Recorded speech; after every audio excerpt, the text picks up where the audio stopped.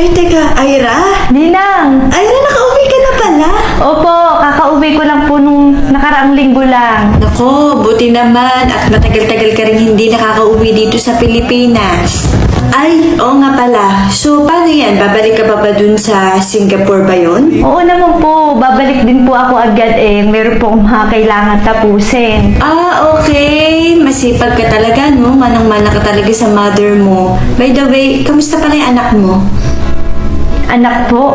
Oo, di ba may anak ka na? Ninang, wala pa po akong anak. Wala pa nga po akong jowa eh. Ha? Teka, anak, di ba ikaw nagsabi sa akin na may anak itong si Ira? Hindi, mami. Ano kasi, sinabi lang din sa akin ng kaibigan ko. Yung kaibigan ko nagsabi sa akin, kaya nasabi ko kay mami. Diyos ko naman talaga itong batang to. Eh, mag-sorry ka nga. Wala pa akong anak. Ikaw naman kasi kung ano-ano sinasabi mo dyan. Malay ko ba? Akala ko lang din naman eh. O paano, uuna na ako ha? Ninang uuna na po ako ha. Meron lang po akong kailangang lakarin. O siya, sige, mag-ingat ha. Sige po.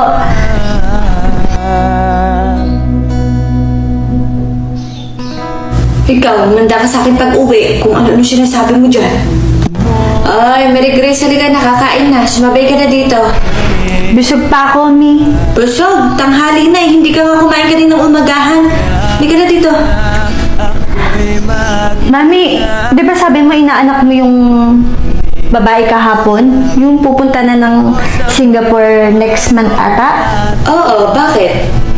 Eh kung mayaman na pala yun, bakit ka pa kinuhang ninang? Siyempre, dahil kumari ko yung nanay noon. Malamang kukunin na ko ng nanay niya bilang ninang. Kung talaga, alam mo, halika na dito, kumain ka na at sumabay ka na. Ano pa ba hinihintay mo? Tara na!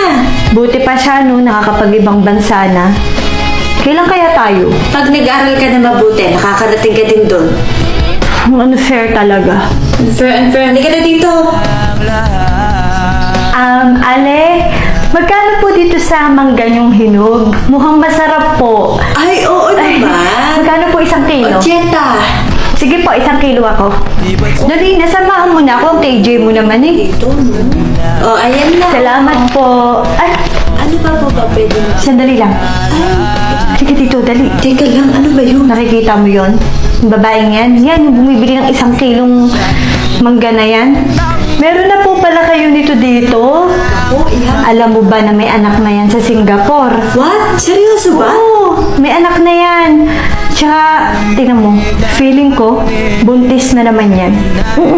Ganyan nga si mami nung naglilihi sa bunso namin kapatid eh. Sure ako. Naku, gustong gusto ko to. Sige po, 5 nito.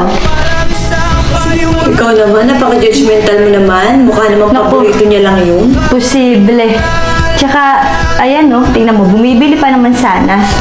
Tsaka, sinong kakain ng 5 mansanas? Eh di siya, malay mo, trip niya lang kumain. Ikaw talaga. Hoy, huwag kang judgmental. Naniwala ka sa akin.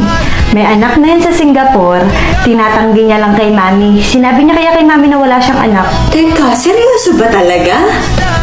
Grabe, nakakaloka.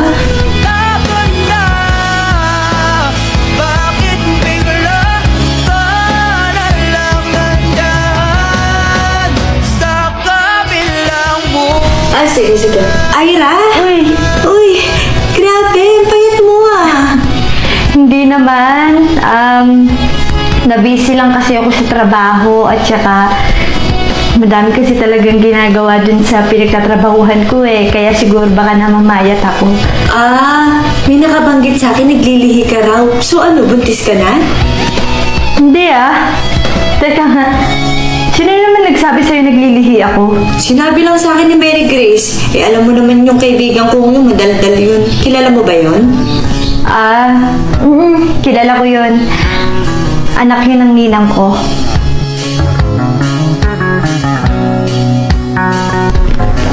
Ninang, Uy, Ira, ba't napadaan ka? May problema ba?